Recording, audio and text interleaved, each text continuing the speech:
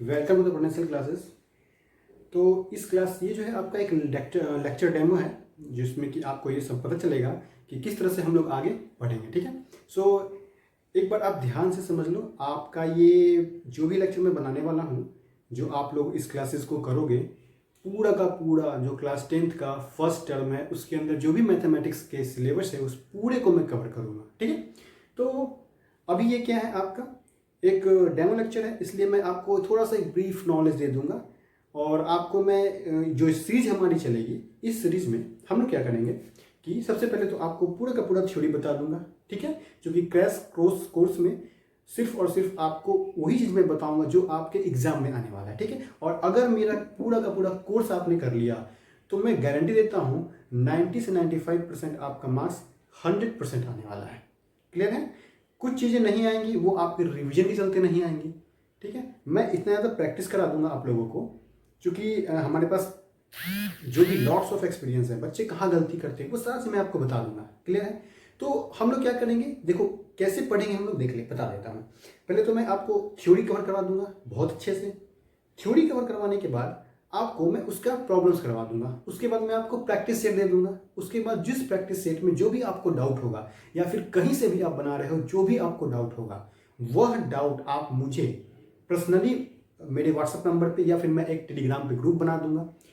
Course को join करोगे, first lecture में आपको मैं सारा इन्फॉर्मेशन दे दूंगा। ठीक है। ग्रुप बना करके उसमें क्वेश्चन को क्या करूंगा, सॉल्व कर दूंगा। क्लियर है। अगर पॉसिबल हो सका तो मैं लाइव भी आकर के आप लोगों के क्वेश्चन का सोल्यूशन दे दूंगा। ओके।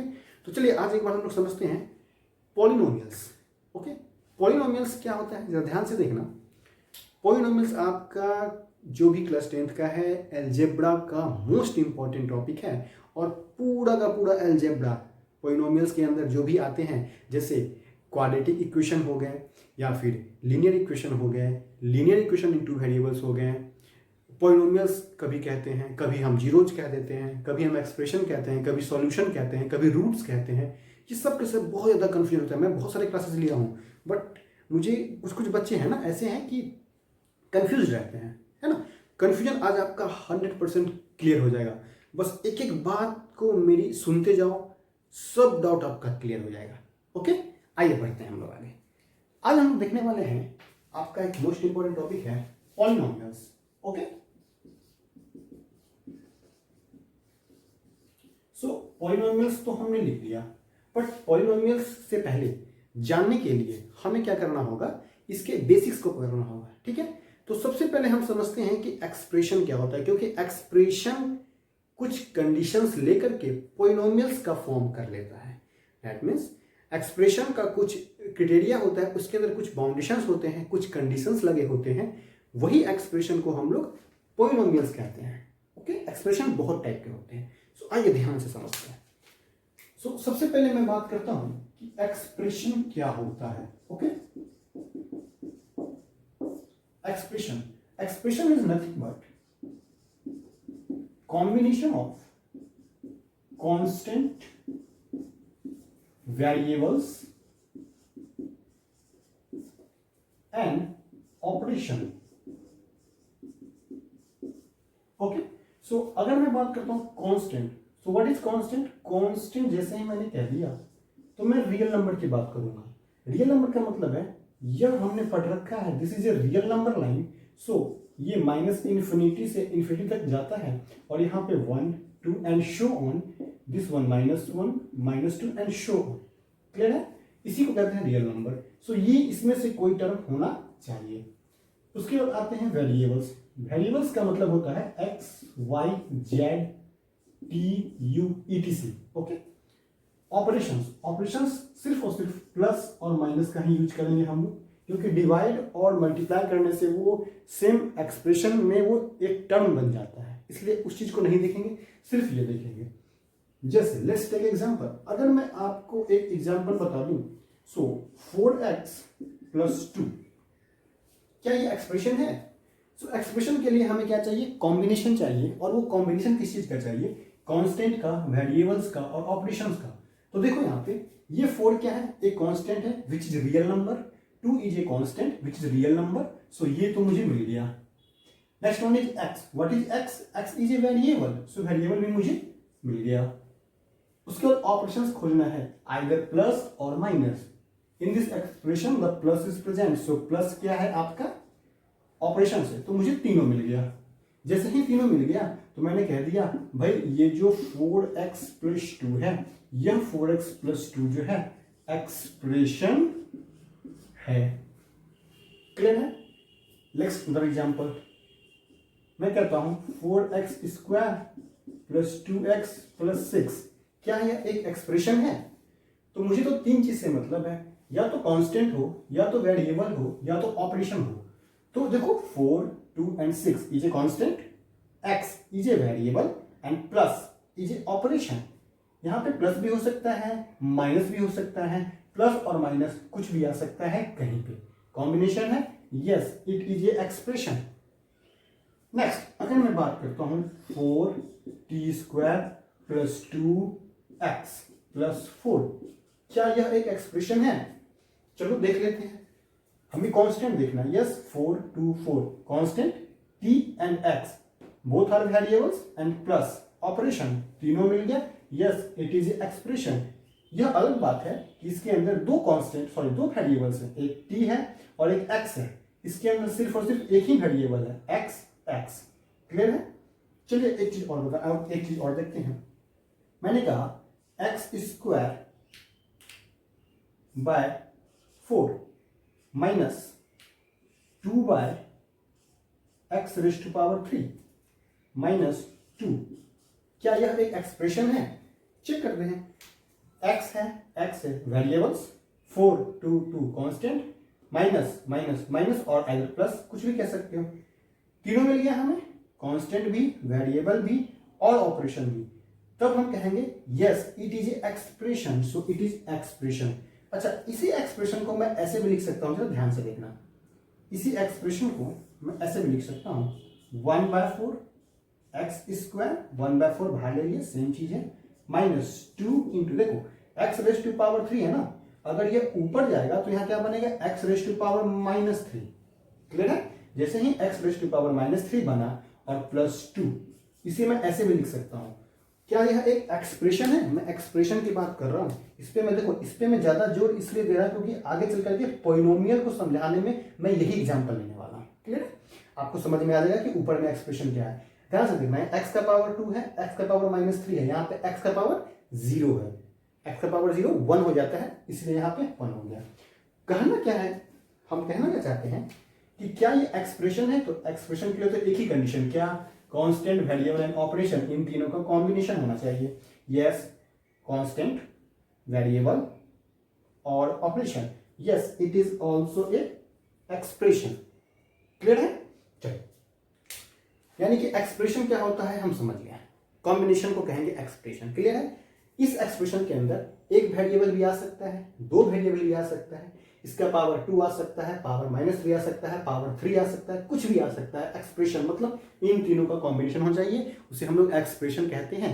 अब इसी एक्सप्रेशन का एक जनरल फॉर्म जिसे हम लोग पॉलिनोमियल कहते हैं।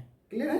पॉलिनोमियल में पॉलिनोमियल तो बहुत सारी चीजें हो सकती हैं, लेकिन कुछ स्पेसिफिक कंडीशन है, आपको बाउंड कर दिया गया है कि हाँ भाई आपको इसी के दायरे में रहना है क्योंकि आपका लेवल अभी क्लास 10th का है। ठीक है? पॉलिनोमियल क्या कहता है कि पॉलिनोमियल के अंदर 2 या 2 से ज्यादा टर्म होने चाहिए। ओके? और वह जो पॉलिनोमियल का टर्म है उसके अंदर जो वेरिएबल्स होंगे वह सिर्फ एक ही वेरिएबल होना चाहिए, या तो x हो, या तो y हो, या तो z हो। ऐसा नहीं कि t और x 2 वेरिएबल हो जाएंगे, तो उसे हम लोग पॉलिनोमियल के अंदर अभी नहीं पढ़ेंगे। क्लियर है? क्योंकि अभी जो है ये 2 वेरिएबल्स के अंदर आ जाता है, जो कि ये आपको नहीं पढ़ना है, ये हायर क्लासेस में हमें पढ़ना है। ठीक है? मैं क्या कर रहा हूँ ना, सिर्फ आपको एग्जाम ओरिएंटेटेड ही पढ़ा रहा हूँ। ऑब्जेक्टिव बनाना है आपको, सिर्फ तो ऑब्जेक्टिव क्वेश्चंस आने वाले हैं। आपको मैं ये भी बता दूंगा कि भाई ये प्रोसेस ऐसे है और इसको ऑब्जेक्टिव मतलब बाय ट्रिक कैसे हम लोग बना सकते हैं। क्लियर है? चलिए इसको नोट कीजिए, उसके बाद हम लोग फर्दर आगे करते हैं।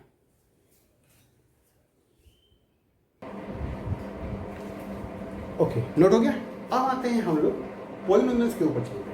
तो पॉलिनोमियल्स क्या होता है, क्या ध्यान से देखिए भाई। अगर हम बात कर ले पॉलिनोमियल्स का, okay, so polynomials is nothing but it is a special form of expression जिसके अंदर सिर्फ एक ही वेरिएबल्स होगा। सो इस पोलिनोमियल का अब हम जनरल फॉर्म देखने वाले हैं। तो जनरल फॉर्म होता है a0 a1x a2x square a3x raise to power 3 and dot dot dot dot so on, last में an x raise to power n। Clear है? चूंकि हम पॉलिनोमियल कह रहे हैं इसलिए इस चीज को हम लोग डिनोट कर देते हैं p ऑफ x से। That means polynomial in variable x। तो ये क्या है, देखो अगर इस तरह का कहीं भी फॉर्म दिखे इसे हम लोग पॉलिनोमियल कह देते हैं। ठीक है, इसके अंदर कंडीशंस ये होना चाहिए कि अगर कोई भी टर्म दैट मीन्स कोई भी एक्सप्रेशन का जो नंबर ऑफ टर्म्स है that means number of terms इसके अंदर ग्रेटर देन 2 होना चाहिए, मतलब 2 या 2 से ज़्यादा टर्म्स होने चाहिए। एक कंडीशन और कह देता है कि भाई a0 a1 a2 और an ये सब के सब रियल नंबर होने चाहिए। रियल नंबर का मतलब -∞ से लेकर के इन्फिनिटी तक कोई भी नंबर्स हो जाए, या रेशनल हो या इरेशनल हो, बट इमेजिनरी नंबर नहीं होना चाहिए। इमेजिनरी नंबर का कॉन्सेप्ट आपको 11th में पढ़ना है। ओके, नेक्स्ट एक कंडीशन और देता है जो an है यह नॉट इक्वल टू 0 होना चाहिए। an का कहने का मतलब है कि an क्या है, an is the coefficient of highest power of x, highest power of x। That means जो भी यह x है या फिर जो भी यह वेरिएबल्स है उस वेरिएबल्स का जो हाईएस्ट पावर है जिसे x raise to power n, उसका कोफिशिएंट्स को an कह दिया हमने। यह 0 नहीं होना चाहिए, क्योंकि अगर यह 0 हो जाएगा तो उसके डिग्री को चेंज कर देगा। क्लियर है? तो अभी हम लोग पढ़ेंगे डिग्री क्या होता है। और मोस्ट इम्पॉर्टेंट जो कि हमें देखना है पॉलिनोमियल्स में कि जो एक्सपोनेंट है equal to non negative integers. Exponent जो है नॉन नेगेटिव इंटीजर्स होने चाहिए। इसके कहने का मतलब क्या हुआ, एक्सपोनेंट का मतलब होता है पावर। ओके, और पावर किसका होगा, एक्स का। एक्स का मतलब वेरिएबल का। तो जो वेरिएबल का पावर है वह नॉन नेगेटिव इंटीजर होना चाहिए। अब नॉन नेगेटिव इंटीजर क्या होता है जरा ध्यान से देख लो। अगर मैं बात करता हूं यहाँ से, यह 0 है, 1 2 3 और ये इन्फिनिटी तक जाता है। दिस इज -1 -2 -3 और यह -∞ तक। जरा ध्यान से देखना, ये जो 1 2 3 सो ऑन, इन सब को हम लोग इंटीजर बोलते हैं। यह भी -1 -2 -3 ये सब के सब यह भी आपका इंटीजर ही कहलाता है। बट यह 0 के इधर है, इसे हम लोग पॉजिटिव इंटीजर कह देते हैं। क्योंकि यह 0 के इधर है तो इसे हम लोग नेगेटिव इंटीजर कह देते हैं। अच्छा, इंटीजर का मतलब समझना भाई, सिर्फ 1 2 3 इनको ही इंटीजर कहेंगे। मतलब इंटीजर्स वह होते हैं जिसका डिनोमिनेटर में 1 हो। ठीक है, जैसे मैं कहता हूँ 2 3 6 -7 etc, ये सब के सब इंटीजर है। क्यों? क्योंकि इसका डिनोमिनेटर देखोगे तो डिवाइड बाय 1, तो 2/1 2 होता है, 3/1 3 होता है, 6/1 6 होता है, -7/1 -7 होता है। जिसका डिनोमिनेटर में 1 रहे उसे हम लोग इंटीजर बोलते हैं। बट अगर मैं कह दूं 2/3 तो क्या इसके डिनोमिनेटर में 1 है? नहीं, तो this is not a integer. इसके डिनोमिनेटर में 1 रहेगा तो हम कहेंगे इंटीजर है, 1 नहीं रहेगा तो हम कहेंगे इंटीजर नहीं है। जैसे मैं कहूँ 1.5 तो कोई कहेगा सर 1.5 के डिवाइड में 1 इंटीजर है ही नहीं। उसको सॉल्व करो, शॉर्टेस्ट फॉर्म लाओ, तब जाकर के इंटीजर देखो। शॉर्टेस्ट फॉर्म क्या होगा, जब मैं इसे डिवाइड करूंगा ये 10 हो जाएगा, ये 15/10 हो गया। ठीक है, इसको और शॉर्ट करो, 5 से ये फिर जाएगा तो 2/5 हो जाएगा। देखो अब ये दोनों में डिवाइड नहीं हो रहा है, इसका मतलब है कि 2/5, 2 के नीचे 5 है, यह इंटीजर नहीं है, it is a fraction. Clear है? सिंपल से याद रखो, 1 2 3 4 5 6 -1 -2 -3 -5 और 0 ये सब के सब इंटीजर हैं। बाकी जो फ्रैक्शन में आते हैं वो सब के सब कोई रेशनल है कोई इरेशनल है, इस तरह से। क्लियर है? मतलब इंटीजर होने चाहिए। अब यहाँ पे हम लोग बात कर रहे थे कि नॉन नेगेटिव इंटीजर्स कौन होगा। तो नॉन नेगेटिव का मतलब है कि पॉजिटिव वाला सारा इंटीजर्स और साथ ही साथ जीरो को भी इंक्लूड कर दो। मतलब इसके अंदर 0, 1, 2, 3 ये सब के सब आएंगे। कहने का मतलब कि होल नंबर होना चाहिए। होल नंबर क्या होता है? 0, 1, 2, 3, 4, 5 है ना। तो जो एक्सपोनेंट है, ये सब समझाने का मेरा मतलब है कि जो वेरिएबल्स हैं, इस वेरिएबल्स का जो x है, x का जो पावर है वह 0, 1, 2, 3, 4, 5 यही होना चाहिए, नेगेटिव नहीं होना चाहिए। नॉन नेगेटिव लगा दिया, जीरो कर दिया। अगर मैं कहूँगा नॉन पॉजिटिव तो मतलब जीरो के साथ इधर वाला सारा इंटीजर्स, क्योंकि जीरो को हम लोग कहते हैं non negative and non positive integers.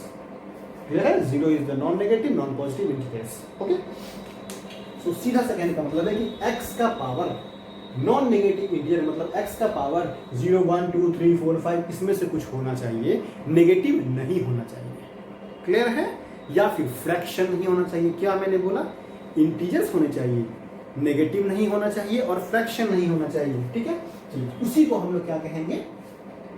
Polynomials कहेंगे। जैसे अब जरा एग्जांपल देख लो। ओके, यहाँ दिख रहा होगा आप लोगों को मेरे ख्याल से। हाँ, बिल्कुल दिख रहा है। चलिए, अगर मैं एग्जांपल की बात करूँ, जरा ध्यान से देखना। मैं बोलूँ 4x + 2 = p of x, क्या ये पॉलिनोमियल है? कंडीशन देखो। हाँ भाई, पॉलिनोमियल के लिए क्या क्या चाहिए? ये सब चाहिए। यहाँ पे क्या है? x पावर 0 मतलब दो ही टर्म लिए हैं। इसको मैं पहले लिखा हूँ, यहाँ पे x का वाला पहले लिखा हूँ, मतलब ऐसे करके दो ही टर्म लिया है। तो हाँ, ये दो टर्म है, बिल्कुल है। नंबर ऑफ टर्म्स कितने हैं? 2 या 2 से ज्यादा? बिल्कुल है, 2 या 2 से ज्यादा है। a0, a1, a2 ये सब के सब रियल नंबर है। यस, a0, a1, a2 है क्या? x का कोफिशिएंट, x का पावर x² का कोफिशिएंट, x³ का कोफिशिएंट, ये सब तो है। यहाँ पे है हाँ 4, 2 रियल नंबर है, बिल्कुल सही।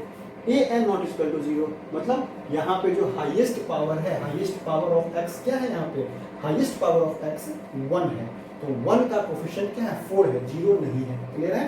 चलिए, मोस्ट इसी को चेक करना है। पावर ऑफ x क्या होना चाहिए? नॉन नेगेटिव इंटीजर्स होना चाहिए, मतलब 0, 1, 2, 3, 4 ये होना चाहिए।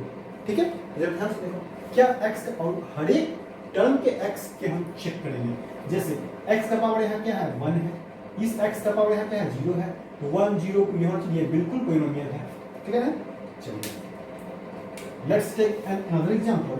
If we take 4x² + 2x + 3, क्या यह एक पॉलिनोमियल है? तो भाई ये सब तो कंडीशन सेटिस्फाई करता है। सबसे मेन चीज ये देखो, क्या x का पावर हमेशा देखो, x का पावर क्या है? 2 है, x का पावर 1, x का power 0, 0, 1, 2 yes, non negative integer, so it is a polynomial. Okay, अब जरा ध्यान से देखना। x² + x⁻³ - 2, क्या यह एक पॉलिनोमियल है? तो हाँ, टर्म ज्यादा है, कांस्टेंट है, a0 सब के सब रियल नंबर है, बट x² x का power 2 yes, it is a non negative integers. x⁻³ देखो -3 आ गया ना, यहाँ पे देखो -3 आ गया, मतलब नेगेटिव नहीं होना चाहिए x का एक्सपोनेंट। इसका मतलब यह पॉलिनोमियल नहीं है। क्लियर है? क्योंकि नेगेटिव आ गया ना, हम तो सिर्फ यही सब चाहिए ना, एंड सो ऑन। अच्छा, एक चीज और देख लो। अगर मैं कहूँ x⁻² + 4x, तो क्या यह पॉलिनोमियल होगा? चेक करते हैं। यहाँ पे देखो x का पावर 1 है, सही हो गया। x का पावर 1/2 है, देखो यह फ्रैक्शन हो गया। यह क्या हो गया? फ्रैक्शन, मतलब नॉट इंटीजर। हमें सिर्फ पॉजिटिव इंटीजर चाहिए। क्लियर है? नॉट इंटीजर, फ्रैक्शन हो गया, इसलिए यह भी पॉलिनोमियल नहीं होगा। अगर मैं बात कर लूँ 2x² + 4x + 3 = p of x, क्या पॉलिनोमियल है?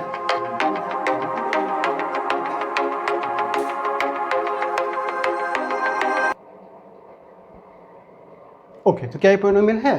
बिल्कुल पॉलिनोमियल है।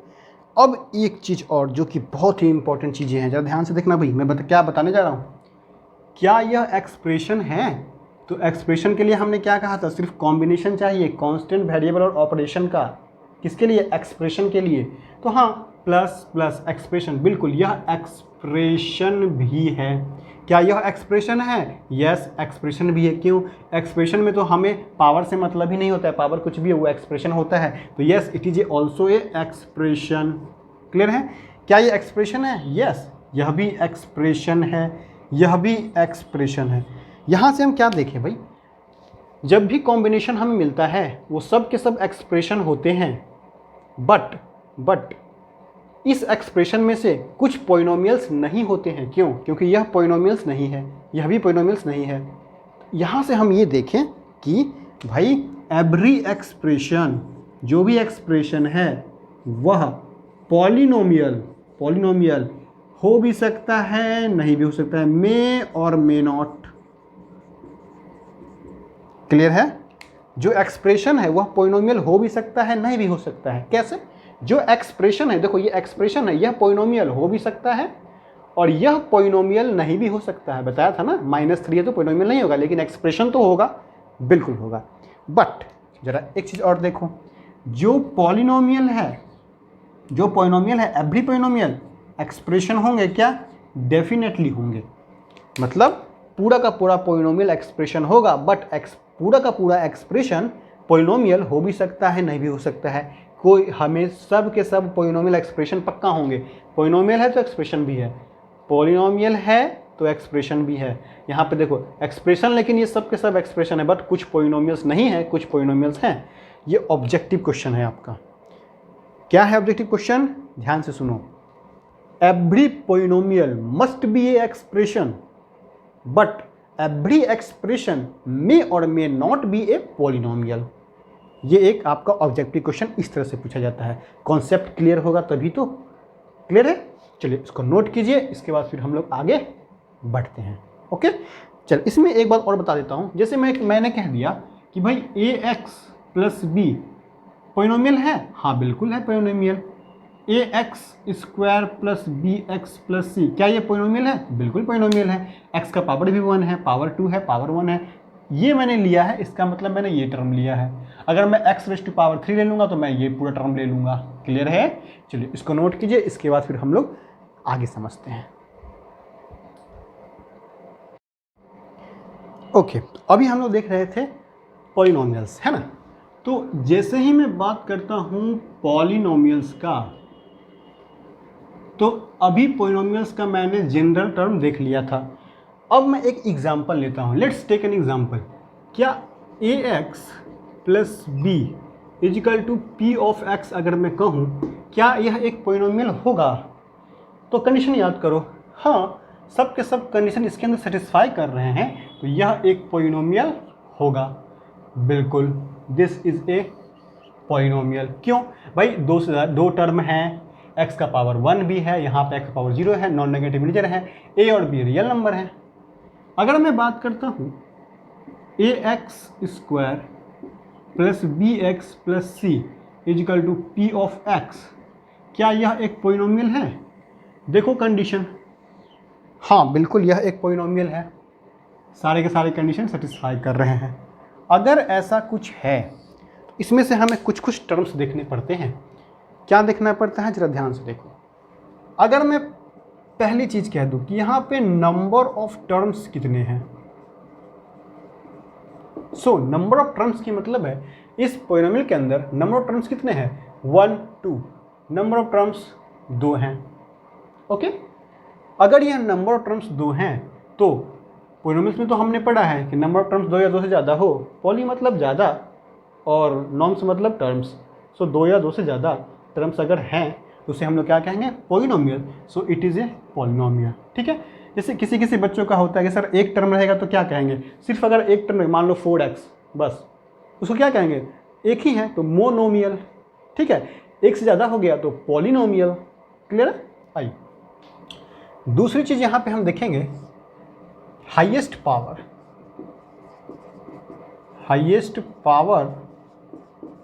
ऑफ x, और we can also say that highest power of variables.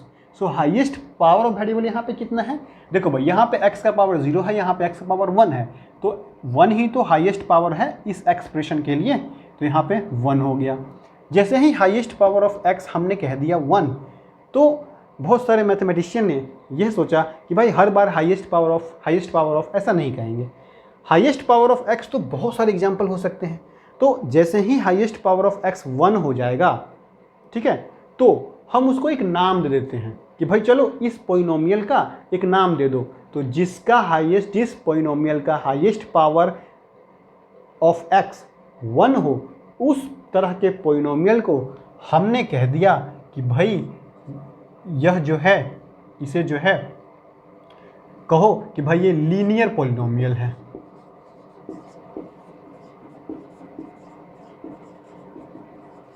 क्यों? हाईएस्ट पावर ऑफ x अगर 1 है तो यह लीनियर पोलिनोमियल है। अच्छा, लीनियर पोलिनोमियल है तो भाई अब हमने ये कह दिया कि जो भी लीनियर पोलिनोमियल है उसका तो हाईएस्ट पावर ऑफ x 1 होगा। तो हमेशा हाईएस्ट पावर ऑफ x नहीं कहेंगे, हम क्या कहेंगे कि इसी हाईएस्ट पावर ऑफ x को हम कह देते हैं भाई इसकी डिग्री 1 है। इसका मतलब degree is nothing but the highest power of variables in any expression और एनी पॉलिनोमियल्स। क्लियर है? This is also a objective question. Okay, चलिए अब जैसे ही डिग्री की बात हमने कर लिया तो एक स्पेसिफिक नाम दे दिया लीनियर पोलिनोमियल। तो डिग्री जिसका 1, लीनियर पोलिनोमियल। अब तीसरी चीज में आते हैं, सॉल्यूशन ऑफ पॉलिनोमियल। भाई सॉल्यूशन हम लोग इसलिए कह रहे हैं क्योंकि सॉल्यूशन का मतलब है कि जो भी एक्सप्रेशन या पॉलिनोमियल दिया हुआ है उसका हम लोग सॉल्यूशन करेंगे। सॉल्यूशन का मतलब यह होता है कि जो भी एक्सप्रेशन दिया हुआ है उसके अंदर x का ऐसा वैल्यू पुट करें जो उस एक्सप्रेशन को 0 कर दे। तो जैसे ही हम x का ऐसा वैल्यू पुट करेंगे जो एक्सप्रेशन को 0 कर दे, उसी को हम लोग सॉल्यूशन कह देंगे। तो जैसे मान लेते हैं, अगर मैं एक एग्जाम्पल लेता हूँ, 4x - 8 = p ऑफ x, यह एक पॉलिनोमियल है। तो जैसे ही अगर मैं कहूँगा इसका सॉल्यूशन निकालिए, तो मैं क्या करूँगा, 4x - 8 को 0 से इक्वेट करूँगा और यहाँ से जब आप x की वैल्यू निकालोगे तो ये 8 इधर जाएगा, 2x की वैल्यू 2 हो जाएगी। तो दिस x की value 2 is called the solution of the polynomial or solution of this expression, whatever you say. Solution समझ गए? चलिए अब उसके बाद फिर हम आते हैं इधर की ओर। जैसे ही इधर की ओर आएंगे तो पहला टर्म हमने क्या देखा था, नंबर ऑफ टर्म्स कितने होंगे, तो नंबर ऑफ टर्म्स 2 हो जाएंगे। दूसरा में हमने क्या देखा था, हाईएस्ट पावर ऑफ x, तो यहाँ पर हाईएस्ट पावर ऑफ x क्या हो जाएगा, 2 हो जाएगा। इस टर्म के देखो 0 1 x का power 2, highest power of x is 2। Clear है? जैसे ही हाईएस्ट पावर ऑफ x 2 हो गया तो हम लोग तो ये कहते थे कि जैसे ही हाईएस्ट पावर ऑफ x 1 है तो उसे एक नाम दे दिया गया था लीनियर पोलिनोमियल। लेकिन ऐसा एक्सप्रेशन जिसका हाईएस्ट पावर 2 है उसे एक नाम दे दिया गया क्वाड्रेटिक पोलिनोमियल। तो हमने इसे कह दिया this is nothing but quadratic polynomial. अब बार बार हम क्वाड्रेटिक पोलिनोमियल जब भी कहेंगे तो हमें समझ जाना है कि उसका हाईएस्ट पावर x का 2 है। तो भाई इसने कहा कि जब हाईएस्ट पावर x का 2 है तो उसे तो हम लोग कहते थे कि भाई उस एक्सप्रेशन का डिग्री है वह, और डिग्री क्या है 2। So degree is nothing but the highest power of variable in any expression. यहाँ पर भी वही चीज़ है। ओके, अब आते हैं सॉल्यूशन। तीसरा, सॉल्यूशन। क्लियर है? सॉल्यूशन क्या कहते हैं, x का ऐसा वैल्यू, जैसे मान लेते हैं हम एक एग्जाम्पल लेते हैं, सपोज दैट x² प्लस का 5x एंड प्लस का 6 is equal to p of x। जैसे ही ऐसा एक सॉल्यूशन आप एग्जांपल लोगे तो यहाँ पे जब, जैसे कि हम लोग पढ़ते थे कि इसको क्या करेंगे, फैक्टराइज मेथड से जब हम x का वैल्यू निकालेंगे, x का वैल्यू 2 निकलेगा। ठीक है, यहाँ पे जब हम x की वैल्यू निकालते हैं तो ये -2 और -3 निकलता है। तो -2 और -3 क्या है, इसका सॉल्यूशन है। क्लियर है? सेम इसी तरह से एक चीज़ और समझेंगे हम लोग, सेम इसी तरह से जब हम लोग क्यूबिक पोलिनोमियल लेते हैं, मतलब जिसमें x का पावर 3 होता है, तो वहाँ पे क्या होता है, 3 सॉल्यूशन निकलते हैं। जब 4 का पावर लेते हैं तो 4 सॉल्यूशन निकलते हैं। इससे एक निष्कर्ष और निकला, उससे यह निष्कर्ष निकला कि जितनी डिग्री होगी जिस पोलिनोमियल की, उतने ही नंबर ऑफ सॉल्यूशन होंगे उस पोलिनोमियल का।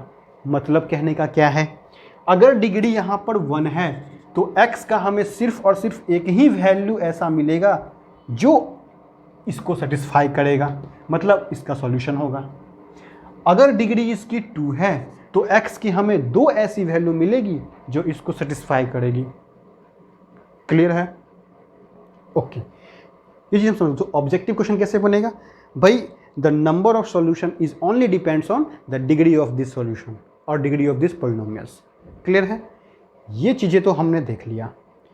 अब आते हैं हम लोग एक बहुत ही बेसिक चीज पे जो कि बहुत सारा कंफ्यूजन होता है बच्चों को।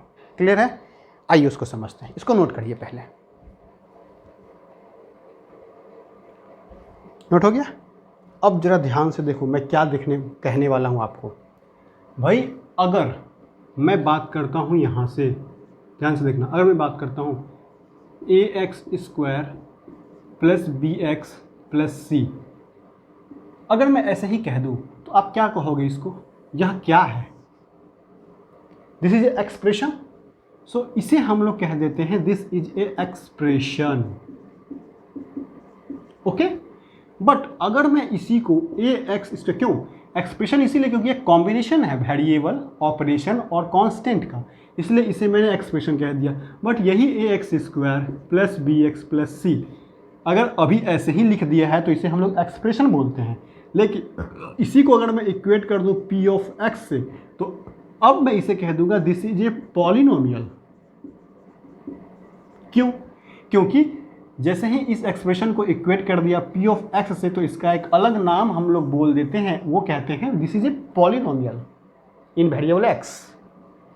बट अगर मैं इसी ax² plus bx plus c is equal to, अभी तक तो एक्सप्रेशन है, px लिखूंगा तो पॉलिनोमियल हो जाएगा। बट अगर मैं इसे 0 से इक्वेट कर देता हूं तो इसी चीज को मैं बोल देता हूं it is a equation. Clear है? अगर मैं किसी चीज को ऐसे ही छोड़ दूं, कॉम्बिनेशन को, उसे हम लोग एक्सप्रेशन कह देते हैं। अगर उसे मैं px से डिनोट कर दूं, उसे पॉलिनोमियल बोल देते हैं। उसे मैं 0 से इक्वेट कर दूं, उसको मैं इक्वेशन बोल देता हूं। क्लियर है? अब मान लेते हैं अभी हमने एक एग्जाम्पल लिया था। क्लियर है? जैसे सपोज डेट मान लेते हैं 4x, जो लिया था अभी ले लेते हैं, x² प्लस 5x प्लस 6। अगर ऐसा है तो इसे तो हम लोग क्या बोलेंगे भाई? दिस इज ए एक्सप्रेशन, क्योंकि एक्सप्रेशन के फॉर्म में है। अगर यही x² plus 5x plus 6 is equal to p of x अगर मैं कह दूंगा तो this is nothing but it is called polynomial. बस नाम अलग हो जाता है।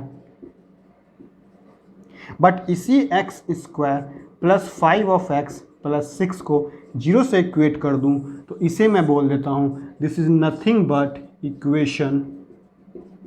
और अगर और अच्छे से बोलोगे तो इसकी डिग्री 2 है, इसीलिए इसे हम लोग कह देते हैं क्वाड्रेटिक इक्वेशन।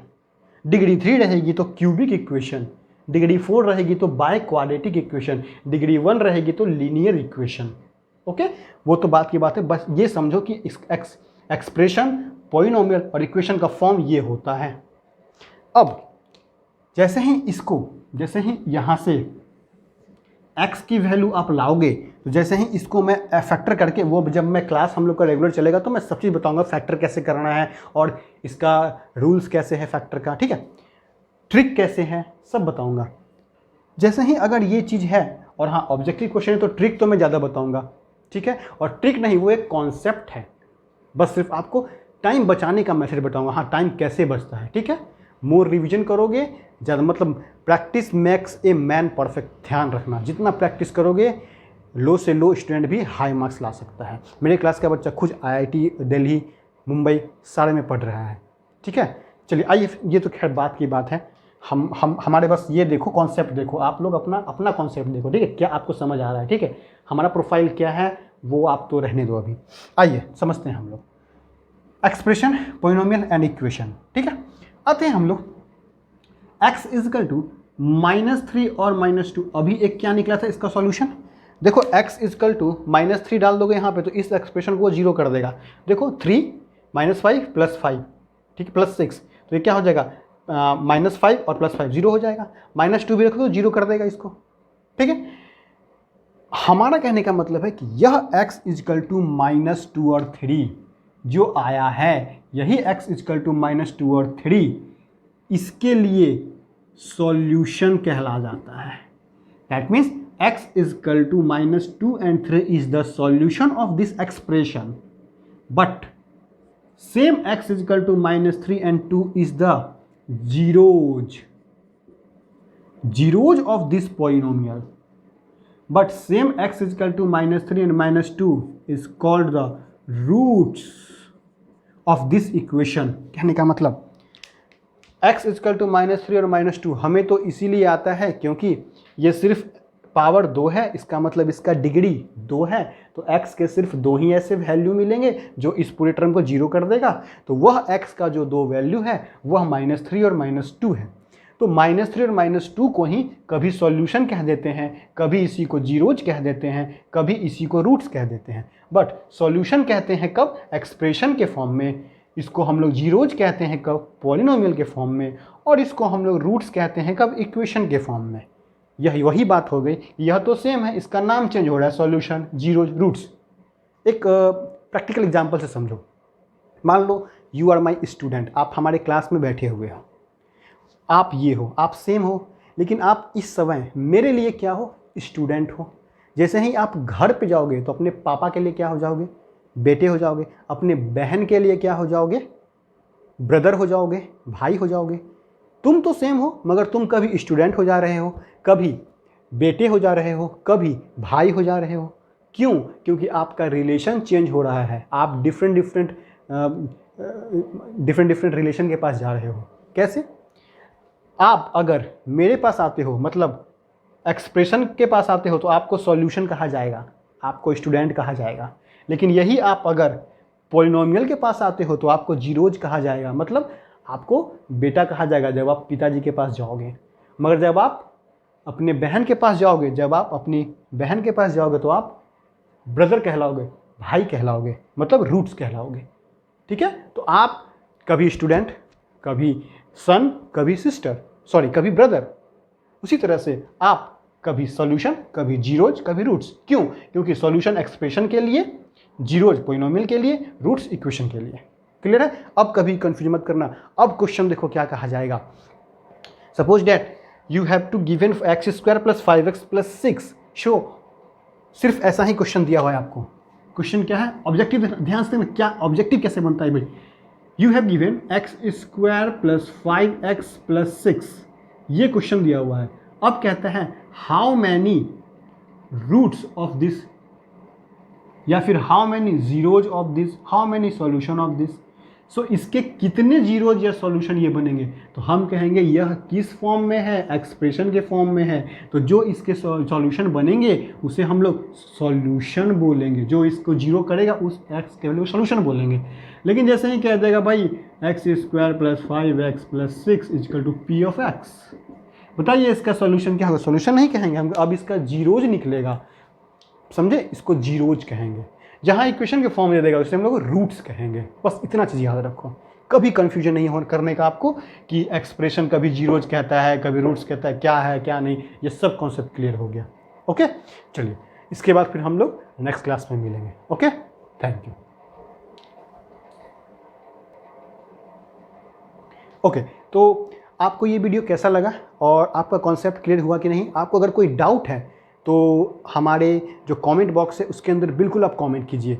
और आपको क्या चाहिए, क्या अच्छा नहीं लगा, क्या अच्छा लगा, ठीक है? सो प्लीज़ आप सजेस्ट कीजिए और आपको क्या और भी चाहिए, ठीक है? क्योंकि मैं एक क्रैश कोर्स जो क्लास 10th के बच्चे हैं उसके लिए एकदम बहुत ही ज़्यादा बेनिफिट यूट्यूब पे, मतलब पहली बार समझ लो कि ऐसा आ रहा है कि हर एक कॉन्सेप्ट को मैं क्लियर करते चला जाऊँगा।